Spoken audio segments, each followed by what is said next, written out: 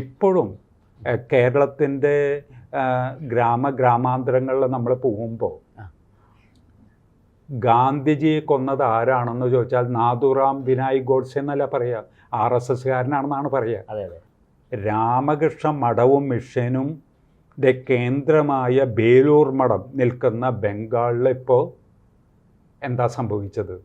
അവിടുത്തെ മുഖ്യമന്ത്രി പറയുന്നു ഞാനൊരു ഹിന്ദുവാണ്, ഹിന്ദുവിന് വേണ്ടിയാണ് ഞാൻ പ്രവർത്തിക്കുന്നത്, അദ്ദേഹത്തിൻ്റെ മിനിസ്ട്രിയിൽ ഒരു മുസ്ലിം പോലും ഇല്ലാന്ന് കേൾക്കുന്നു. നമസ്കാരം. ഭാരത് ലൈവിൽ ഇന്ന് നമ്മളോടൊപ്പം ഒരു പുതിയ അതിഥി വന്നെത്തിയിട്ടുണ്ട്. അദ്ദേഹത്തിൻ്റെ പേര് വളരെ സുപരിചിതമാണ്. ശ്രീ രാജീവ് ഇരിങ്ങാലക്കുട. ഗ്രന്ഥകാരൻ, ആധ്യാത്മിക പ്രഭാഷകൻ, അധ്യാപകൻ തുടങ്ങി ഒട്ടനവധി മേഖലകളിൽ വ്യക്തിമുദ്ര പതിപ്പിച്ച ഒരു മഹാനായ വ്യക്തിയാണ് ശ്രീ രാജീവ് ഇരിങ്ങാലക്കുട. പ്രത്യേകിച്ചും വിവേകാനന്ദ സാഹിത്യം, ശ്രീരാമകൃഷ്ണദേവൻ, ശാരദാദേവി തുടങ്ങിയവരെക്കുറിച്ചുള്ള കൃതികൾ, അതൊക്കെ വെറും കൃതികളല്ല, ഗവേഷണ ബുദ്ധിയ വളരെയധികം പരിശ്രമിച്ച് അന്വേഷിച്ച് യാത്രയൊക്കെ ചെയ്ത് പഴയ രേഖകൾ കണ്ടെടുത്ത് വളരെ ബൃഹത്തായ പഠനങ്ങൾ അത് കൈരളിക്ക് സമ്മാനിച്ച ഒരു മഹാനുഭാവൻ കൂടിയാണ് ശ്രീ രാജീവ് ഇരിങ്ങാലക്കുട. ഇന്ന് അദ്ദേഹം നമ്മളോടൊപ്പം അല്പസമയം ചെലവഴിക്കുന്നു. ബംഗാളും കേരളവും തമ്മിൽ താരതമ്യം ചെയ്തുള്ള ചില കാര്യങ്ങളാണ് അദ്ദേഹം ഭാരത് ലൈവിലൂടെ നമുക്കായി പങ്കുവയ്ക്കുന്നത്. ശ്രീ രാജീവ് ഇരിങ്ങാലക്കുട, അങ്ങേക്ക് സ്വാഗതം. നമസ്കാരം. നമസ്കാരം. അങ്ങ് നിരവധി പുസ്തകങ്ങൾ, എൻ്റെ ഓർമ്മ ശരിയാണെങ്കിൽ ഒരു 26 പുസ്തകങ്ങൾ അങ്ങ് എഴുതിയിട്ടുണ്ട്. അത്യാവശ്യം ഗവേഷണത്തിന് പോലും സഹായകരമാകുന്ന ചരിത്രരേഖകൾ ഉദ്ധരിച്ചുകൊണ്ടുള്ള വിവിധ ഗ്രന്ഥങ്ങൾ, ശ്രീരാമകൃഷ്ണദേവൻ, ശ്രീ ശാരദാദേവി, സ്വാമി വിവേകാനന്ദൻ, അതുപോലെ ചട്ടമ്പിസ്വാമി, ശ്രീനാരായണ ഗുരുദേവൻ, അങ്ങനെ നമ്മുടെ ആ ആധ്യാത്മിക നവോമണ്ഡലത്തിൽ തിളങ്ങി നിൽക്കുന്ന ആ മഹാനക്ഷത്രങ്ങളെക്കുറിച്ച് മലയാളിക്ക് ഏറ്റവും സരളവും ലളിതവുമായി പരിചയപ്പെടുത്തിയ ഒരു വ്യക്തിയാണ് അങ്ങ്. ഇപ്പോൾ ഈ ശ്രീരാമകൃഷ്ണദേവൻ്റെയും സ്വാമി വിവേകാനന്ദൻ്റെയും ഒക്കെ കൃതികൾ മലയാളത്തിൽ എഴുതിയ അങ്ങേക്ക് ബംഗാളും കേരളവും തമ്മിൽ അഭേദ്യമായ ഒരു ബന്ധമുണ്ട് എന്ന് അങ്ങ് പലപ്പോഴും സമർത്ഥിച്ചിട്ടുണ്ട്. ഇന്നത്തെ സാഹചര്യത്തിൽ ഈ ബംഗാളും കേരളവും ഒന്ന് വിലയിരുത്തിയാൽ, എല്ലാ അർത്ഥത്തിലും ഭൗതികമായും ആധ്യാത്മികമായും ഒക്കെ ഈ ബംഗാളും കേരളവും തമ്മിലുള്ള പഴയ കാലത്തുണ്ടായിരുന്ന ആ സാമ്യം അതിന്നും അങ്ങനെ തന്നെ ഉണ്ടോ? അതിനെന്തെങ്കിലും കോട്ടം സംഭവിച്ചിട്ടുണ്ടോ? ബംഗാൾ ഈ പറയുന്നത് പോലെ വളരെ പുറകിലേക്ക് പോയോ, അതോ കേരളമാണോ പുറകിലേക്ക് പോയത്? എന്താണ് ഇന്നത്തെ വ്യത്യാസം തുടങ്ങിയ കാര്യങ്ങളെക്കുറിച്ചൊന്ന് ലളിതമായിട്ട് ഒന്ന് വിശദീകരിച്ചാൽ നല്ലതായിരുന്നു. കേരള സാഹിത്യ അക്കാദമിയുടെ സ്കോളർഷിപ്പോടുകൂടി ഗ്രന്ഥം തയ്യാറാക്കാനാണ് അവർ സ്കോളർഷിപ്പ് കൊടുക്കുന്നത്. അപ്പോൾ എനിക്ക് ആ സ്കോളർഷിപ്പ് കിട്ടിയ ആളാണ്. വിഷയം ശ്രീരാമകൃഷ്ണ വിവേകാനന്ദ സാഹിത്യം മലയാളത്തിൽ. ആ പുസ്തകത്തിലൊരു ചാപ്റ്റർ ഉണ്ട്, വിവേകാനന്ദ സാഹിത്യം കമ്മ്യൂണിസ്റ്റ് ഹിന്ദുത്വ ചിന്താഗതിയിൽ ഉണ്ടാക്കിയ സ്വാധീനം. അപ്പം നമുക്കറിയാം ബംഗാളും കേരളവും തമ്മിൽ എങ്ങനെയാണ് സാമ്യം വരുന്നത്. ബംഗാളി സാഹിത്യം മലയാളത്തിന് ഒരുപാട് സ്വാധീനിച്ചിട്ടുള്ളതാണ്. അപ്പം ബംഗാളിനെക്കുറിച്ച് പറയുമ്പോൾ ശ്രീരാമകൃഷ്ണ വിവേകാനന്ദന്മാർ, അരവിന്ദ രവീന്ദ്രന്മാർ, ബങ്കിം ചന്ദ്ര ചാറ്റർജി, ഈശ്വർ ചന്ദ്ര വിദ്യാസാഗർ, കേശവ് ചന്ദ്ര സെൻ, അങ്ങനെയൊക്കെ സുഭാഷ് ചന്ദ്രബോസ് ഒക്കെ. പക്ഷേ ബംഗാളികൾക്കുള്ളതിനേക്കാൾ ഒരു കാലത്ത് താല്പര്യം ഇവരോട് മലയാളികൾക്കുണ്ടായിരുന്നു. ഉദാഹരണത്തിന് ബംഗാൾ കഴിഞ്ഞാൽ ഏറ്റവും കൂടുതൽ ശ്രീരാമകൃഷ്ണ ആശ്രമങ്ങൾ കേരളത്തിലായിരുന്നു.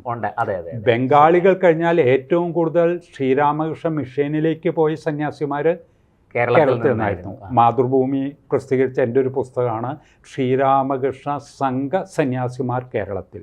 അതായത് കേരളത്തിൽ നിന്നും സംഘത്തിലേക്ക്, രാമകൃഷ്ണ സംഘത്തിലേക്ക് പോയി സന്യാസിമാർ. പിന്നെ അതുകൂടാതെ സ്വാമി വിവേകാനന്ദനും കേരളവും എന്ന് പറഞ്ഞ എൻ്റെ ഒരു പുസ്തകമുണ്ട്. അത് സ്വാമി വിവേകാനന്ദൻ, ബംഗാളിൽ നിന്നും വന്ന സ്വാമി വിവേകാനന്ദൻ കേരളത്തിനെ എന്തുകൊണ്ട് ഭ്രാന്താലയം എന്ന് വിളിച്ചു. അപ്പോൾ ഇപ്പോൾ സമകാലീന കാലഘട്ടത്തിൽ നമ്മൾ ചിന്തിക്കേണ്ടത് കേരളം ഭ്രാന്താലയമാണോ അതോ ദൈവത്തിൻ്റെ സ്വന്തം നാടാണോ? അത് ബംഗാളുമായിട്ട് കൂട്ടിയോജിപ്പിക്കുമ്പോൾ നമ്മൾ ചിന്തിക്കേണ്ട ഒരു കാര്യം, എൻ്റെ ജീവിതത്തിൽ ഉണ്ടായൊരു അനുഭവം. 1992 യുവസംഗമം തൃശ്ശൂർ തേക്കിൻകാട് മൈതാനിയിൽ നടന്നു. അപ്പോൾ അന്ന് കോളേജ് വിദ്യാർത്ഥികൾക്ക് നടത്തിയ മത്സരത്തിൽ വിവേകാനന്ദ ദർശനത്തിൽ യുവജനങ്ങളുടെ പങ്ക്, അതിലൊന്നാം സ്ഥാനം എനിക്കായിരുന്നു. അന്ന് അതിൻ്റെ പുരസ്കാരം ഏറ്റുവാങ്ങാൻ പോയി. അത് കഴിഞ്ഞ് 2 ദിവസം കഴിഞ്ഞ ഒരു രാത്രിയിൽ ഈ പുരസ്കാരം നൽകിയ ഒരു താത്വികാചാര്യനെ കാണാൻ എന്നെ വിളിപ്പിച്ചു. ഞാൻ പോയി. അപ്പോൾ അന്ന് ഞാൻ കുറച്ച് എഴുതിയും പ്രസംഗമൊക്കെ തുടങ്ങി. അപ്പോൾ അദ്ദേഹം എൻ്റെ സംസാരം കേട്ടപ്പോൾ ചോദിച്ചു, അല്ല, രാമകൃഷ്ണ മിഷൻ എന്തുകൊണ്ട് ഞങ്ങൾ ഹിന്ദുക്കളല്ല എന്ന് പറഞ്ഞു എന്ന് ചോദിച്ചു. അതൊന്ന്. രണ്ടാമത്തെ തവണ കണ്ടപ്പോൾ അദ്ദേഹം വീണ്ടും ചോദിച്ചു, നിങ്ങൾ രാമകൃഷ്ണ മിഷനിലെ ആൾക്കാരും അതുമായി ബന്ധപ്പെട്ടവർ ഞങ്ങൾ ഹിന്ദുക്കളല്ലാന്ന് ഇപ്പോഴും കരുതുന്നുണ്ടോ? മൂന്നാമത്തെ തവണ കണ്ടപ്പോൾ അദ്ദേഹത്തിനുള്ള ചോദ്യം ഇതാണ്. അപ്പോൾ അന്ന് ഞാൻ അതിന് മറുപടിയൊന്നും പറഞ്ഞില്ല. പക്ഷേ അന്ന് രാമകൃഷ്ണ മിഷൻ്റെ ഉപാധ്യക്ഷനായ രംഗനാഥാനന്ദ സ്വാമികൾ പുറനാട്ടുകാരെ വന്നപ്പോൾ ഞാൻ ഇദ്ദേഹത്തിനോട് ഈ ചോദ്യം ചോദിച്ചു. കാര്യം അദ്ദേഹം രാമകൃഷ്ണ മിഷൻ്റെ വൈസ് പ്രസിഡന്റാണ്. അതെ അതെ അതെ, ലോകം മുഴുവനും അറിയപ്പെടുന്ന ഒരാള്, രണ്ടാം വിവേകാനന്ദൻ എന്ന് പറയുന്ന സാത്വികനായ മഹാസാത്വികൻ. അദ്ദേഹം കേരളത്തിൽ നിന്ന് പോയ ആളാണ്, തൃശ്ശൂരിലെ തൃക്കൂരിൽ ജനിച്ച ആള്. അപ്പം അദ്ദേഹം ഇത് കേട്ടിട്ട് പറഞ്ഞു, കുട്ടിക്ക് എന്നെ കാണുമ്പോൾ എന്തു തോന്നുന്നു, ഞാൻ ഹിന്ദുവാണോ? ഒരു പ്രത്യേക, അദ്ദേഹം 15 വയസ്സിൽ നാട് വിട്ടുപോയ ഇതാണ്, മലയാളത്തിൽ ചോദിച്ചു. അത്രമാത്രമേ കുട്ടിക്ക് എന്നെ കാണുമ്പോൾ എന്തു തോന്നുന്നു, ഹിന്ദുവാണോ? ഞാനിപ്പോഴും ആ സ്മരണ എൻ്റെ ഇതിലുണ്ട്. അപ്പോൾ വാസ്തവത്തിൽ ബംഗാളിലായാലും കേരളത്തിലായാലും ഇപ്പോൾ ഭാരതം മുഴുവനും മാറിക്കൊണ്ടിരിക്കുന്നു എന്ന് പറഞ്ഞു. അവിടെ ഈ മാറുമ്പോഴല്ലൊക്കെ എന്താണ് ഹിന്ദു, എന്താണ് ഹിന്ദുത്വം, ഈ സനാതനധർമ്മം എന്താണെന്ന് പറയുന്നത് എന്താണെന്ന് വെച്ചാൽ, ഇപ്പം നമ്മളെപ്പോലെയുള്ള ചെറുപ്പക്കാർക്ക് ഞാൻ 1972 ജനിച്ചത്, ഞാൻ 76. അപ്പം അങ്ങനെയുള്ളവർക്ക് ഹിന്ദുധർമ്മത്തെക്കുറിച്ച് നമ്മളൊക്കെ മനസ്സിലാക്കുന്നത് രാമകൃഷ്ണ വിവേകാനന്ദന്മാരിലൂടെയാണ്.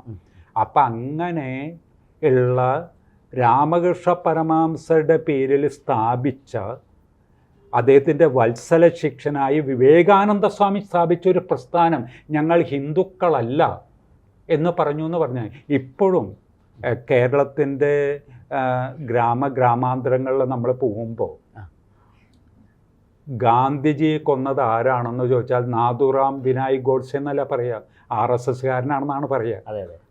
അതേപോലെ തന്നെ രാമകൃഷ്ണ പ്രസ്ഥാനം ഞങ്ങൾ ഹിന്ദുക്കളല്ല എന്ന് പറഞ്ഞവരല്ലേ.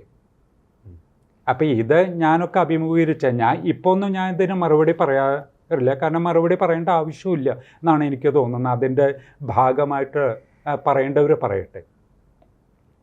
പക്ഷെ ഇവിടെ രാമകൃഷ്ണ മഠവും മിഷനും കേന്ദ്രമായ ബേലൂർ മഠം നിൽക്കുന്ന ബംഗാളിൽ ഇപ്പോൾ എന്താ സംഭവിച്ചത്? അവിടുത്തെ മുഖ്യമന്ത്രി പറയുന്നു, ഞാനൊരു ഹിന്ദുവാണ്, ഹിന്ദുവിന് വേണ്ടിയാണ് ഞാൻ പ്രവർത്തിക്കുന്നത്, അദ്ദേഹത്തിൻ്റെ മിനിസ്ട്രിയിൽ ഒരു മുസ്ലിം പോലും ഇല്ലാന്ന് കേൾക്കുന്നു. അത് രാജനൈതിക കാര്യമാണ്. പക്ഷേ ഈ രാജനൈതിക കാര്യങ്ങളുടെയൊക്കെ അടിസ്ഥാനപരമായ ദാർശനിക ഒരു ചിന്താ പദ്ധതി. ഇപ്പം എൻ്റെ ഒരു പുതിയ പുസ്തകം ചൈതന്യ മഹാപ്രഭുവിൻ്റെ ജീവചരിത്രമാണ് വരുന്നത്. അപ്പം ബംഗാളിൻ്റെ ചരിത്രം, ബംഗാളിൻ്റെ പൈതൃകം എന്ന് പറഞ്ഞാൽ അത് ഹിന്ദുവിൻ്റെ പൈതൃകം, ഹിന്ദുവിൻ്റെ ചരിത്രം അല്ല, അത് വളരെ മഹത്തായ. അതേപോലെ തമിഴൻ്റെ പൈതൃകം. ഇപ്പം അണ്ണാമലൈ പറയുന്നുണ്ട്, എൻ മൺ എൻ മക്കൾ. എൻ മണ്ണും എൻ മക്കളും. അപ്പം ആ പൈതൃകത്തെക്കുറിച്ചുള്ള അഭിമാനം അത് ഉണ്ടാക്കിയെടുക്കാൻ ബംഗാളിൽ രാമകൃഷ്ണ വിവേകാനന്ദന്മാരുടെ സംഭാവന വളരെ വലുതാണ്. അത് കഴിഞ്ഞ് നമ്മൾ കേരളത്തിലേക്ക് വരുമ്പോൾ 1939 പിണറായിയിലെ പാറപ്പുറത്ത് വിവേകാനന്ദ വായനശാലയിലാണ് ആദ്യത്തെ കമ്മ്യൂണിസ്റ്റ് പാർട്ടിയുടെ ഔദ്യോഗികമായ യോഗം. NE ബാലറാമിനെ പോലെയുള്ള ആളാണ് അത് എഴുതുന്നത്. ഒന്ന് ആലോചിച്ച് നോക്കണം. അപ്പം എന്താണ് സംഭവിച്ചത്?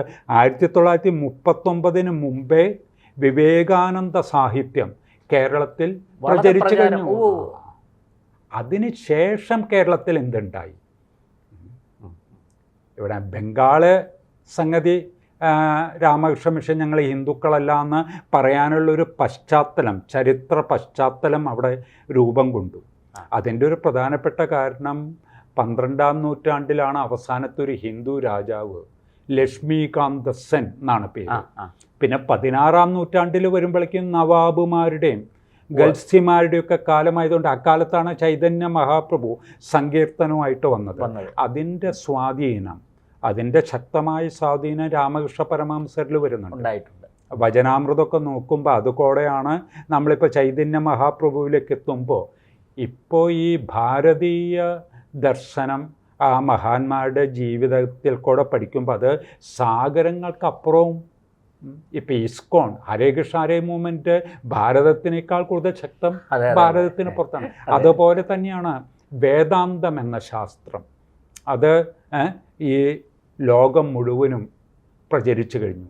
അത് കുട്ടിക്കൃഷ്ണമാരെ പറയുന്നുണ്ട്, വിവേകാനന്ദ സാഹിത്യം വേദാന്ത മസ്തകത്തിലേറിയ രാജഹംസങ്ങളെ സൃഷ്ടിച്ചു.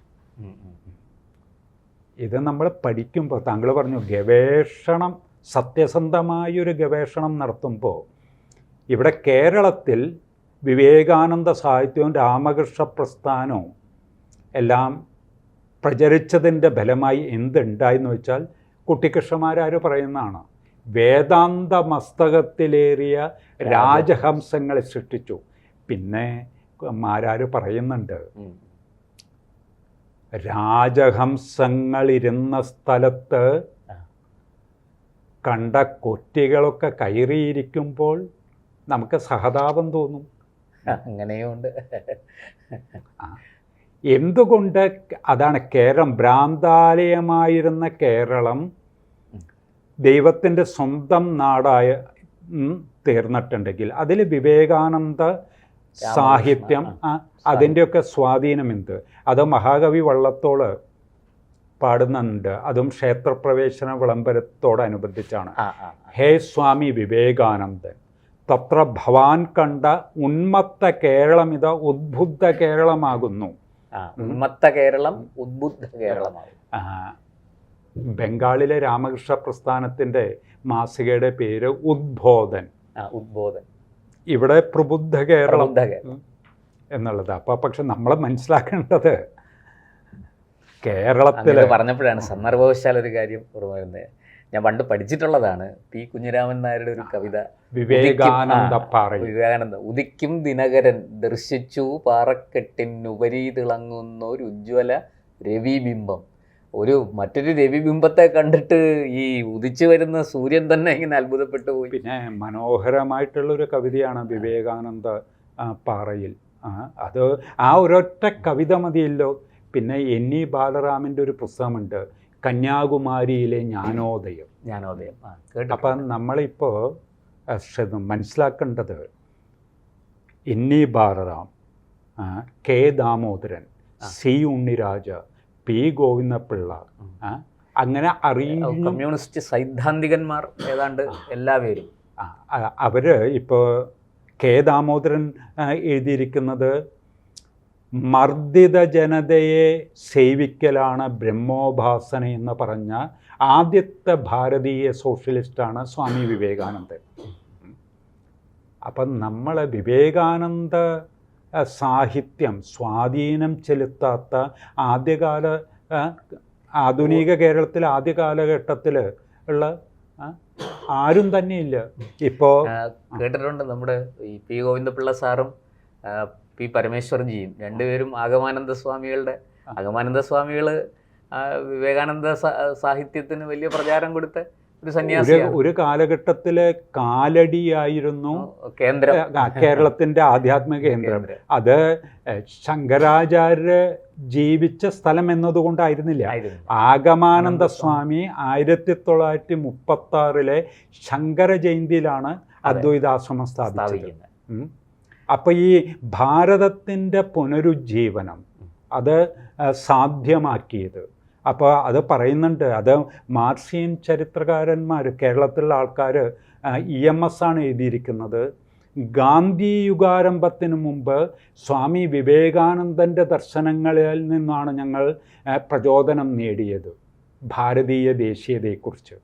അങ്ങനൊരു കാലം ബംഗാളിൽ എന്ന പോലെ അതിപ്പോൾ വളരെ സുവ്യക്തമായി കേരളത്തിലും ഉണ്ടായിരുന്നു എന്നല്ലേ നമുക്ക് പറയാൻ പറ്റുള്ളൂ. ഇപ്പോൾ ഉണ്ട് എന്ന് നമുക്ക് പറയാൻ എന്തുകൊണ്ട് അത് സംഭവിച്ചു? അപ്പം ഞാൻ കൃത്യമായിട്ട് എൻ്റെ സ്വാമി വിവേകാനന്ദനും കേരളവും എന്നുള്ള പുസ്തകം 1898 സ്വാമി വിവേകാനന്ദൻ്റെ കേരള യാത്ര. അപ്പം അതിൻ്റെ 100 വർഷം കഴിഞ്ഞപ്പോൾ കന്യാകുമാരി വിവേകാനന്ദ കേന്ദ്രത്തിൻ്റെ ആഭിമുഖ്യത്തിൽ ഒരു ഭാരത പരിക്രമ അത് നടന്ന് തിരുവനന്തപുരത്ത് വന്നപ്പോഴാണ് അത് തടസ്സപ്പെട്ടു. അതായത് 1992 ഡിസംബർ 6 അയോധ്യ വലിയ ഇത് അതിനൊക്കെ പ്രശ്നം. അത് കഴിഞ്ഞ് മേജർ ജനറൽ കുക്രേബി എന്ന് പറയുന്ന ഒരാൾ അതിനെക്കുറിച്ചൊരു പുസ്തകം എഴുതിയിട്ടുണ്ട്. ഈ യാത്രയോടൊപ്പം സഞ്ചരിച്ച ഒരാൾ പെട്ടെന്ന് തിരുവനന്തപുരത്ത് വെച്ച് അത് നിന്നു. അതൊക്കെ വളരെ ഭംഗിയായിട്ട് അദ്ദേഹം എന്തുകൊണ്ട് നിന്നു. അത് കഴിഞ്ഞ് പിന്നെയും ഒരു 120 വർഷം കഴിഞ്ഞപ്പോഴാണ് ഞാൻ പാലക്കാട് നിന്ന് കന്യാകുമാരി ഒരു യാത്ര നടത്തി. അതിൻ്റെ ഭാഗമായിട്ടാണ് കേരള ഭാഷാ ഇൻസ്റ്റിറ്റ്യൂട്ട് പ്രസിദ്ധീകരിച്ച സ്വാമി വിവേകാനന്ദനും കേരളവും. താങ്കളൊന്നും മനസ്സിലാക്കേണ്ടത്, ആ യാത്ര ഞാൻ നടത്തി. അപ്പോൾ ആ യാത്രയുടെ ഭാഗമായിട്ട് പല ന്യൂസുകളും മാതൃഭൂമി പോലെയുള്ള പത്രങ്ങളിലൊക്കെ വന്നു. അപ്പോൾ തിരുവനന്തപുരത്ത് എത്തിയപ്പോൾ എന്നോട് ഒരാൾ ചോദിച്ചു, നിങ്ങളോട് ഈ യാത്ര നടത്താൻ ആര് പറഞ്ഞു? ഇത് കേൾക്കുമ്പോൾ താങ്കൾക്ക് എന്ത് തോന്നുന്നുണ്ട്? നമുക്ക് സത്യത്തിൽ വലിയ സഹതാപം തോന്നും ചോദിച്ച ആളിനോട്. അങ്ങോര് ഇപ്പം നേരത്തെ ഇത് തുടങ്ങിയ സന്ദർഭത്തിൽ ഞാൻ പറഞ്ഞത് എന്താ, രാമകൃഷ്ണ മിഷൻ ഞങ്ങൾ ഹിന്ദുക്കളല്ല എന്ന് പറഞ്ഞു. ഇത് ഈ നമ്മളോ എന്നെ പോലെയുള്ള സാധാരണക്കാരോട് ചോദിച്ചിട്ട് ഇപ്പം എന്തൊരു കാര്യം? അതിന് മറുപടി പണ്ടൊക്കെ ഞാൻ മറുപടി കൊടുത്തിരുന്നു. അതിൻ്റെ ചരിത്ര പശ്ചാത്തലം അത് പ്രത്യേകിച്ച് ഇന്ന് ബംഗാളിൽ സുവേന്ദു അധികാരി വന്നിരിക്കുന്നു. രാമകൃഷ്ണ മിഷനല്ല, ആര് ഹിന്ദുക്കളല്ല. പിന്നീട് അത് കോടതി വന്നു, കോടതി അതിന് പരിഹാരവും എല്ലാം വളരെ ക്ലിയറായതാണ്. അപ്പം ഇവിടെ ഞാൻ വളരെ ധ്വനിസാന്ദ്രമായിട്ട് പറയാൻ ആഗ്രഹിക്കുന്നത്, ഈ പ്രശ്നങ്ങൾ നമ്മൾ ചൂണ്ടിക്കാട്ടി ഹിന്ദുക്കൾ വെള്ളംകോരികളും വിറകുവിട്ടികളും ആയിത്തീരുന്നു. പരിഹാരം മാത്രം ഉണ്ടാകും. പ്രത്യേകിച്ച് അത് ഭാരതം മുഴുവനും മാറുമ്പോൾ കേരളം അതിനോടൊപ്പം മാറുന്നുണ്ടോ? ഈവൻ ബംഗാളടക്കം മാറി. അപ്പോൾ ഞാൻ ബംഗാളും കേരളവും തമ്മിൽ കമ്പയർ ചെയ്യുമ്പോൾ എൻ്റെ സാഹിത്യ അക്കാദമി സ്കോളർഷിപ്പോടുകൂടി ഞാൻ പറഞ്ഞില്ല, ആ പുസ്തകത്തിലൊക്കെ പലരും പറയുന്നത്, ബംഗാളിൻ്റെ കാര്യം കഷ്ടം, അവിടുന്ന് ആൾക്കാർ ഈ കേരളത്തിൽ ഇവിടെ വന്ന് പൊറോട്ട അടിക്കുകയല്ലേ. അങ്ങനെയല്ല. ബംഗാൾ എത്ര കമ്മ്യൂണിസ്റ്റ് ഭരണം, മമതയുടെ ഭരണം കൊണ്ടൊക്കെ എത്രത്തോളം അധപ്പതിച്ചാലും ഗ്രാമാന്തരങ്ങളിൽ പോയാൽ അവിടെ വീടുകളിൽ കാളിമാതാവിൻ്റെ ഫോട്ടോ ഉണ്ടാവും, രാമകൃഷ്ണ പരമഹംസരുടെ ഫോട്ടോ ഉണ്ടാവും, അല്ലെങ്കിൽ ചൈതന്യ മഹാപ്രഭുവിൻ്റെയും ശ്രീകൃഷ്ണ മഹാപ്രഭുവിൻ്റെ ഒക്കെ ഫോട്ടോകളുണ്ടാവും. ഗംഗ, പവിത്ര സലിലയായ ഗംഗ. അങ്ങനൊരു അഭിമാനം, സംസ്കാരം, ഒരു പൈതൃകം കേരളത്തിനുണ്ടോ? ഇവിടെ നമ്മൾ ശങ്കരാചാര്യസ്വാമി കുറിച്ച് പറയുന്നുണ്ട്. നാരായണ ഗുരുദേവൻ വരെ ഉള്ളവർ വേദാന്തികളായിരുന്നു. അതിനിടയ്ക്ക് എഴുത്തച്ഛൻ, സാക്ഷാൽ എഴുത്തച്ഛൻ വേദാന്തത്തിൻ്റെയൊക്കെ നടത്തിയിരിക്കുന്നത്. എന്നിട്ടും എന്തുകൊണ്ട് ഇത് നമ്മൾ പറയുന്ന ദൈവത്തിൻ്റെ സ്വന്തം നാടെന്നാണ്. ഈ ഒരൊറ്റ കാര്യം നമുക്കെടുക്കാം. ഭാരതം മുഴുവനും മാറുന്നു, അതിനോടൊപ്പം കേരളം മാറുന്നുണ്ടോ? ബംഗാൾ മാറി എന്നുള്ളത് വളരെ യാഥാർത്ഥ്യമായി കഴിഞ്ഞു. അപ്പം ഇവിടെ ബംഗാളും കേരളവും വിവേകാനന്ദ സാഹിത്യത്തിൽ എന്ന് പറയുമ്പോൾ അത് നമ്മൾ ഇനിയും ചർച്ച ചെയ്യേണ്ട, വളരെ ഗൗരവതരമായ രീതിയിൽ ചർച്ച ചെയ്യപ്പെടേണ്ട ഒരു കാര്യം. അതായത് ബംഗാളിൽ ചെലുത്തിയ സ്വാധീനം, അങ്ങ് പറഞ്ഞു വരുന്നതിൻ്റെ ഒരു സാരാംശം, വിവേകാനന്ദ സാഹിത്യത്തിന് ബംഗാളിൽ കിട്ടിയ ഒരു സ്വീകാര്യത കേരളത്തിൽ കിട്ടിയോ എന്ന് നമ്മൾ കിട്ടിയിരുന്നു. അവിടെയാണ് ഞാൻ പറഞ്ഞത് കിട്ടിയിരുന്നു. അതായത് സ്വാമി വിവേകാനന്ദൻ കേരളത്തിൽ വരുന്ന 1892. 1911 ശ്രീരാമകൃഷ്ണ പരമഹംസരുടെ അന്തരംഗ ശിഷ്യനും വിവേകാനന്ദ സ്വാമികളുടെ സഹോദര സന്യാസിയുമായ നിർമ്മലാനന്ദ സ്വാമി വരുന്നു. 38 അദ്ദേഹം സമാധിയാവുന്നത്, അതും ഒറ്റപ്പാലത്ത് ഭാരതപ്പുഴയുടെ തീരത്ത്.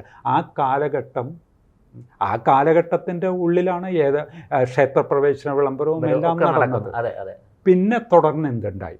പിന്നെ ഒരു ആഗമാനന്ദ സ്വാമികൾ, അദ്ദേഹം 1961 സമാധിയാവുന്നു. പിന്നെ എന്ത് നടക്കുന്നു? അതായത് ആ ഒരു നവോത്ഥാനത്തിൻ്റെ ആ ഒരു പ്രക്രിയ എവിടെയോ വെച്ച് കേരളത്തിൽ നിന്ന് പോയിരിക്കുന്നു എന്നാണോ അങ്ങ് പറയുന്നത്? അതിലൊരു സംശയവുമില്ല. ആ സന്യാസി പരമ്പര, ആ പൈതൃകം, ആ സ്വാഭിമാന ഹിന്ദുധർമ്മം ഒക്കെ എവിടെയോ വെച്ച് ആ ചങ്ങല, ആ കണ്ണികൾ മുറിഞ്ഞു പോയിരിക്കുന്നു. അതാണ് കേരളത്തിന് സംഭവിച്ചിരിക്കുന്ന ഏറ്റവും വലിയ അപകടം. വിവേകാനന്ദ സാഹിത്യം പഠിക്കുന്നവരൊരുപാടുണ്ടായിരിക്കാം.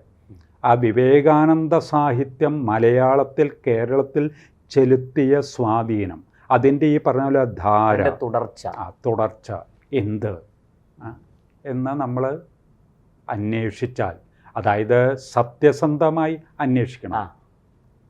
പുറകിലേക്ക് തിരിഞ്ഞു നോക്കി യാഥാർത്ഥ്യബോധത്തോടുകൂടി കണ്ണു തുറന്ന് കാണുകയും ആത്മപരിശോധന നടത്തുകയും വേണം. അതാണ് ബംഗാളിലെ വിജയവും കേരളത്തിലെ ഇന്നത്തെ സാഹചര്യവും നമ്മളെ ഓർമ്മിപ്പിക്കുന്നത്. വളരെ നന്ദി. നമസ്കാരം.